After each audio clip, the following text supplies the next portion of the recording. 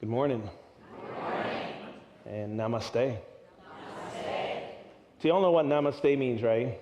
The divine in me greets the divine in you. It's a very honoring, reverential way of acknowledging that we are one, that we are all inherently divine. I also find it a very boring way to say it. So I want to teach you all a little more fun way to say it. In my church in Amesbury, we open our service by singing Surely the Presence as well. And I remind people that when we sing Surely the Presence of the Lord is in this place, I remind them it's because you are in this place. You are the presence of God. The fullness of God is present at the point of each and every one of you. And there is no way you can be the fullness of God and not look good. I look good, y'all look good, we all look good. So I'm going to invite you to turn to someone, instead of saying namaste, you turn to someone, and in a not creepy way, but like an admiring sort of way, turn to someone and say, God looks good today. Turn to someone, say it now.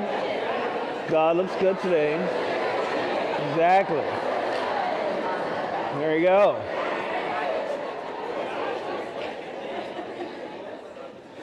So as Reverend Anna alluded to, my late wife Jennifer and I were part members of this spiritual community a few years ago. Curious, how many of you were not here then, or you've never heard me speak before? Show of hands. Some of you were. All right. Yeah. Y'all picked a good day to come to church. Turn to someone and say, we picked a good day to come to church.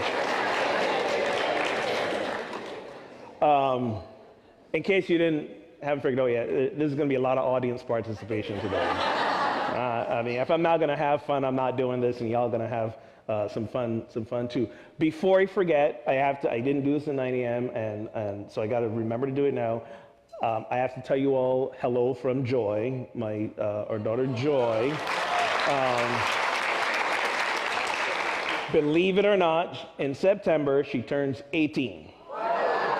I know what you're wondering. How does he look that good to have an 18-year-old, right? Turn to someone and say, how does he look? No, I'm just kidding. No, don't do it. Not that one. But she is a little regretful that she couldn't be here. Right now, she is, as you all know, when we lived here, she loved dancing. She's continued to pursue dance. Right now, she's in New York doing a 6-week summer intensive with the Alvin Ailey Dance Company, and she's loving it. So hello from her as well. But I laugh a little bit with the God looks good today thing. But it's true. We often forget that we are the embodiment of the divine. This is the basis of which unity is built, and so many other New Thought traditions. Eric Butterworth, the late Unity minister and author, he says this: the fullness of God is everywhere present at every point of the universe. When we speak of the omnipotence of God, as in omnipresence, God being everywhere present, it's not that God is so big, God takes up the entire universe. No, it's that at every point of the universe, including each and every one of us, is the fullness of God. And we forget this a lot, and we forget this especially when times are really hard. Because in Unity, we love to affirm during the good times, don't we? Things are going good. I'm so prosperous. Got that job. Everything is in divine order. When things are flowing well, we love to affirm and so on. But then when tragedy hits, when overwhelming, when the bad stuff hits, sometimes we forget that. Sometimes we forget and we wonder, how's God let this happen to us? All of a sudden, we go from affirming, I'm the fullness and the presence of the divine, I'm God, I look good, to God, what you doing to me right now? This happens. This was my experience when Jennifer passed away in 2015. So to catch you all up who didn't know us, we showed up here in 2008. She was hired as the associate minister, this community's first associate minister. I was hired as the music director. Some of my former choir members were reminiscing with me about how hard a time I gave them when I was choir director. Heaven forbid I made them memorize music. Oh my God, I'm still hearing about it from some people. But you're welcome. So it was good times. You know, we rolled in here. Our daughter Joy, she was 8. I mean, it's running all over the place. There were good times, and we grew here. We grew into ourselves. We grew as a family. This is in so many ways a homecoming for me. It's very surreal to be standing in front of you.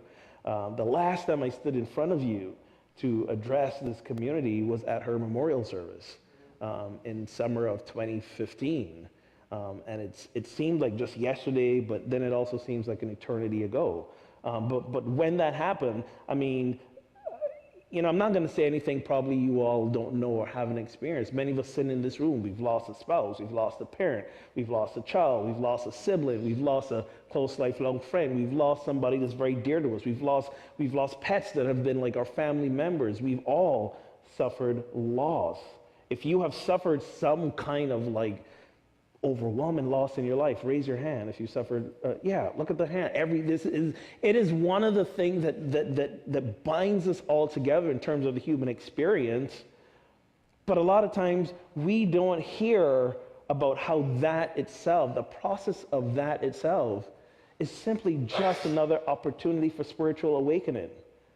Because there are so many like sad emotions that go along with it, so many grief emotions. And grief, as I have experienced firsthand, is not pretty. Grief is not pretty. You know, there's a saying, when you know better, you do better.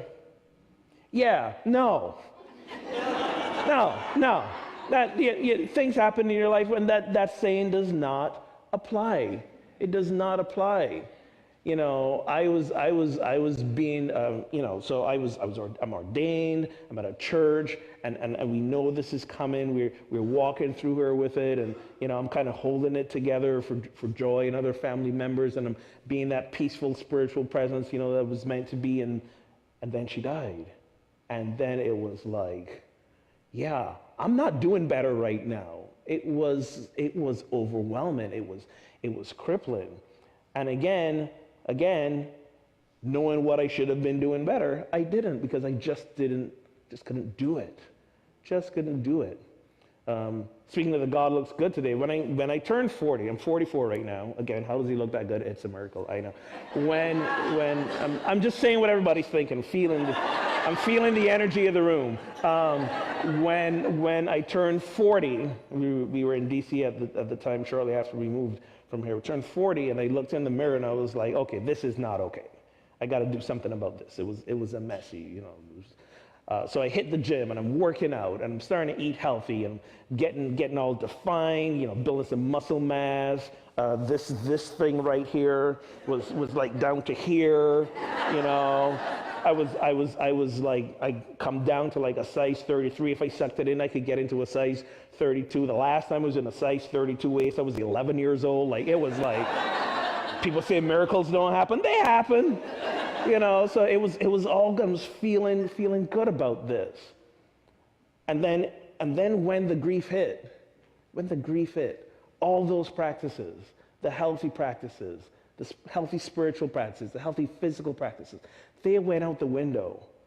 And I did whatever I could do to feel comfortable, to feel some sense of comfort, something, I started eating not so well again. My favorite vice food when I was growing up, I'm from Barbados, in case you didn't pick up on a little accent.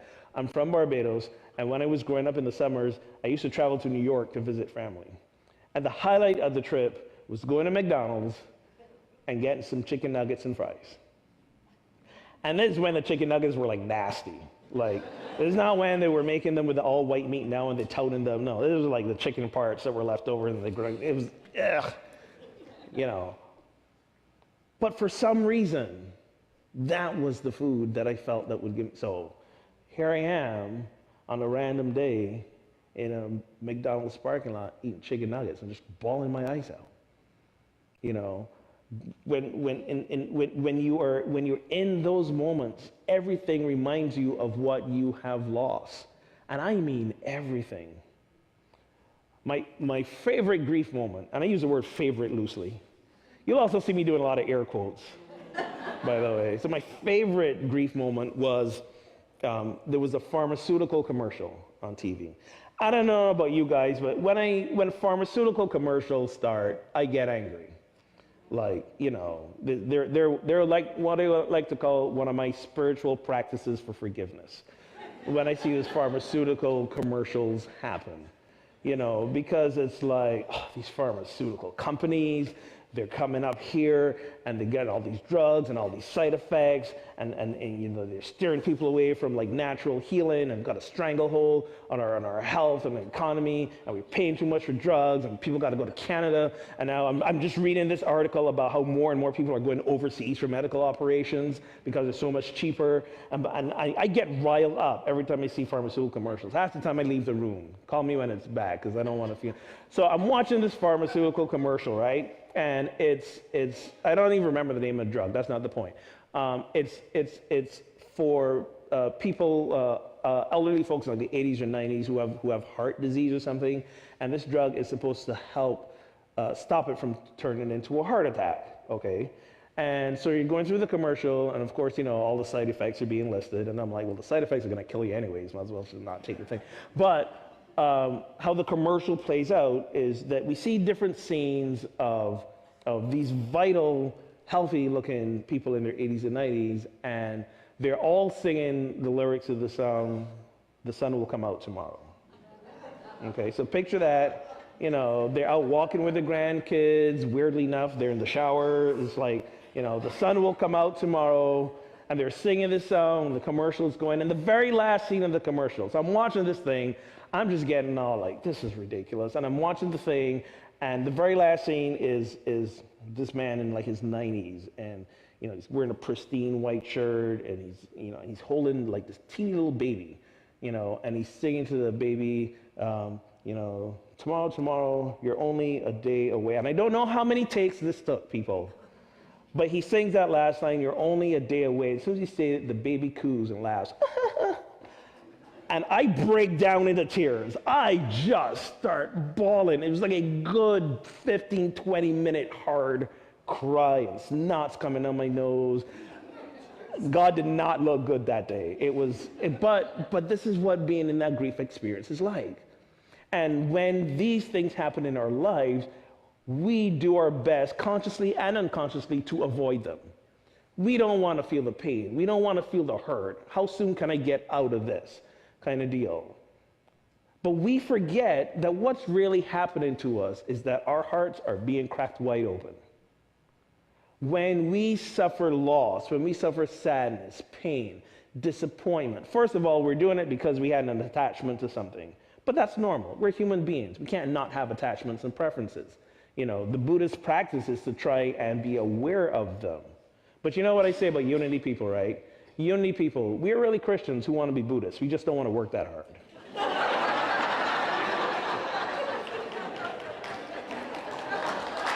Got my Buddha. So, we love the meditation, we love all that kind of stuff. But when it comes to those moments, and the pain is so crippling because our hearts are being cracked open. We're being left raw and vulnerable. And the last thing we want to do is feel vulnerable in front of other people. We don't want other people to see us suffer. We don't want other people to see us in pain. And if there's any gift, from the experience of Jennifer passing away and going to join the angels, is that it made me crack open like nothing I had ever experienced in my whole life. Everything fell away. I didn't know it was up, down, left, right, everything fall away. You know what happens when everything falls away? You know what's left? God. God. I thought I knew God before that experience. Now, if you could know God at that level without the experience, good on you. But here's the thing. Remember when I asked you to raise your hands, those of you who suffered loss? Yeah, you're not going to stop suffering loss. You're still going to suffer loss in your lives. At some point after today, some of you are going to lose a spouse, some of you are going to lose a parent, some of you might lose a child. This is life. This is the normalcy of life.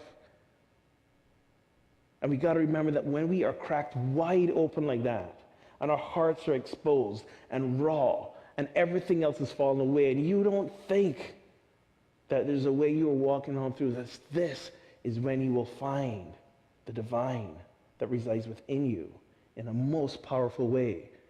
23rd Psalms remind us, yea, though I walk through the valley of the shadow of death, I fear no evil because God is with me.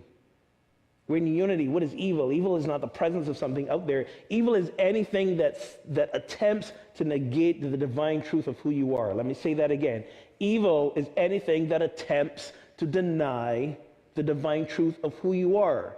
And as divine beings, our truth is what? Love, life, peace, gratitude, compassion, all these things. And when something happens in our life that tries to make us feel less than that or other than that, yeah, that's evil.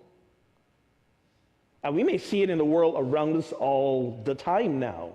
Like we're looking at things going on in the world and say, how is this happening? How are people, it's so funny after the election, the presidential election, folks at my church, they freaked out. They kind of lost their minds a little bit. And they're like, we got to have a special service to talk about this, But people were legitimately afraid.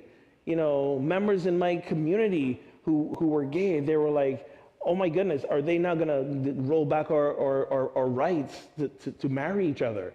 People were very upset about this. And I said, folks, you got to understand one thing. You understand one thing.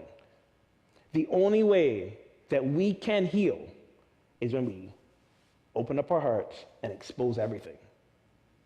Expose everything.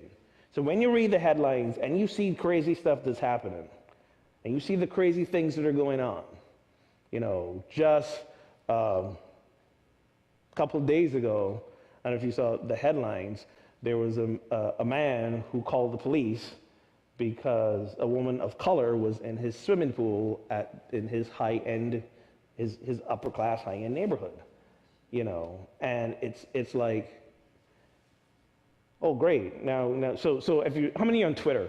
You guys like Twitter? How many of you are on Twitter? All right, we're gonna have to do something about this. We're gonna have to do something about this. Get on Twitter. That's when the fun happens, okay? It's where the fun happens. Facebook is kind of like, you don't want to, Facebook's fun if you want to just stay connected to each other and, see the grandkids or the cousins who live in other countries or the old high school friends you went to. But if you really want the fun joy of the world, find yourself on Twitter. Follow me at Ogun Holder. Shameless plug. But on Twitter, we have hashtags. And hashtags are just like, kind of like a theme of thing. I feel like I'm explaining Twitter, but you probably get it.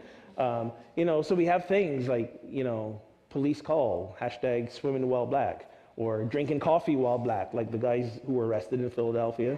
So people are like, why are we suddenly seeing all this stuff coming up in our world? And we wanna blame. We're human beings. We like to blame. We want to blame the president. We want to blame this party. We want to blame the next party. Here's the thing, folks. Okay, we can do as much blaming as we want, but the truth of the matter is that we are getting ready as a human race to shift, I believe, into this next level of consciousness, and we're not doing it until we clean all this stuff up.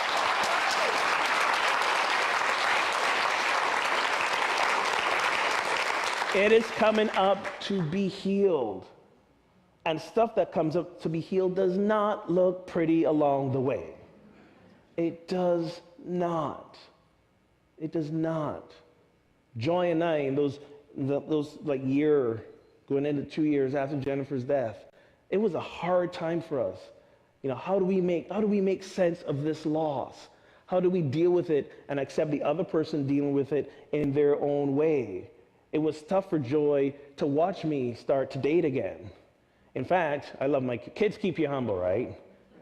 A few months ago, she says, the women that you date that are so into you, I don't get what all the fuss is about. keeping me grounded, keeping me grounded, keeping me grounded, keeping me grounded. And I was like, honestly, some days I don't either, but that's a whole other thing. So I mean, things like that. But it's only going through that journey of heart open and dealing with all the stuff that comes up that I could find myself in a place of peace again, a place of accepting who I am and who we are after this, a place where I could find love again, and a place where I can find love without the sort of attachment that I had before, that I think helped make that loss so profound. I didn't realize how much of myself I had defined through Jennifer and she through me. I mean, we were like this. We were one, and it was hard. It was hard, as you can imagine. But like I said, when everything falls away, when you encounter some form of suffering that drives you to your knees, that's truly when you realize that you are the embodiment of love, because that's all that's left. All that's left is God, and God is love. And when you can connect with that and begin to really feel that and breathe that just a little bit more every day, that's when you refined yourself. You refine and refined yourself. And you come out in a way that I have no words for. You refined yourself and you grow. Spiritual practice is not just meditating. It's not just reading good works. It's those things, not just yoga. It's those things too. But the ultimate spiritual practice is remembering who you are during the times that you forget who you are. Remembering who you are during those times that will cause you to forget who you are. The role that I played as partner and husband, that was gone. What was left was being of love. Being of love. Jennifer used to joke that it's kind of a little bit of weird foreshadowing, but years back, she would joke, when I die, I'm not going to come back and haunt you, because you're not going to believe it was me. She was. Those of you who knew her, she was a very what's the word I want to look for? Spiritually open, mystic type of person. Me, I was more the spiritually open cynic kind of person. So it was a good balance. It was a good balance, mystic and cynic. We bounced off each other a lot. So she was like, "Yeah, I'm not gonna waste my time." And it was true. It was true to an extent. Shortly after she passed, I would get messages from her through other people. And I would wonder, why isn't she telling me this stuff? Then I remembered that thing, and then after I remembered that, someone came up to me and said, "Yeah, she told me to tell you that you're not going to hear from her until you stop being so angry." So I had a choice. I could either become more angry because she said that, or I could admit that when my heart got cracked wide open, in some of those dark corners was a lot of anger about life in general, about what had happened, about her choices, lots of anger. And I would not have probably realized I was still carrying a lot of anger if what had happened didn't happen. In her dying, she gave me a pathway for healing. So I went and worked on my anger. And I remember one day, I was doing yoga. because, like I said, meditation didn't work for me.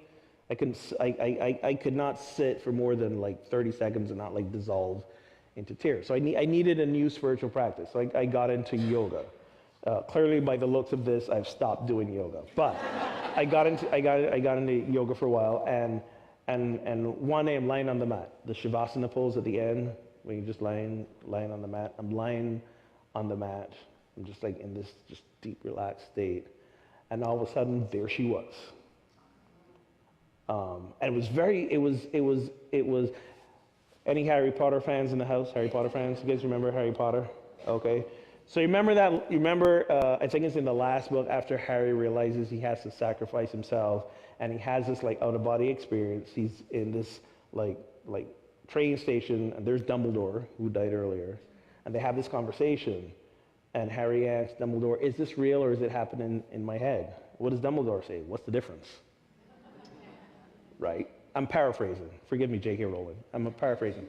But he says that. So here I am lying on this mat, and all of a sudden, hovering above me, there she is. I can recognize her face, but everything else is just like tendrils of light shining out.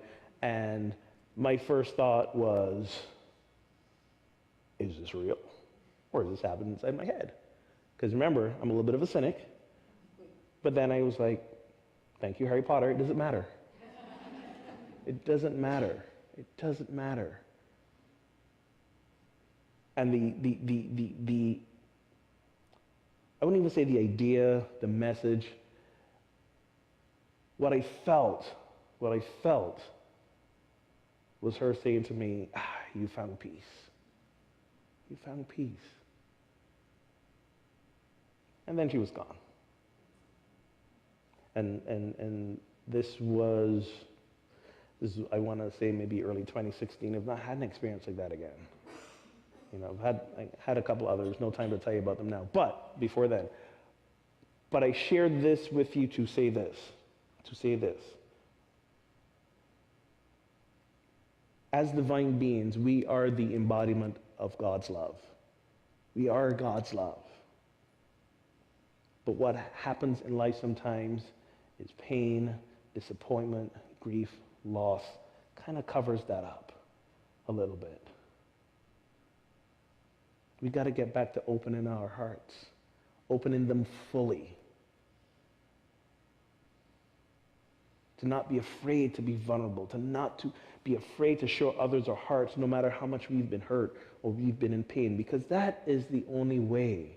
That is the only way that we as a species, we as a human consciousness are going to make that next leap together when we just live from the heart. And to live from the heart, we got to visit our shadow. We got to visit our dark corners in our psyche, get the spiritual swifter out, dust the cobwebs, shine some light in there, and heal. And heal.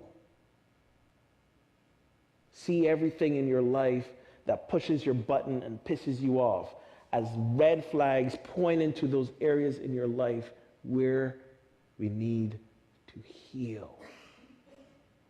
Don't avoid the pain and the discomfort. Embrace it. It's okay to be uncomfortable. Turn to someone and say, it's okay to be uncomfortable.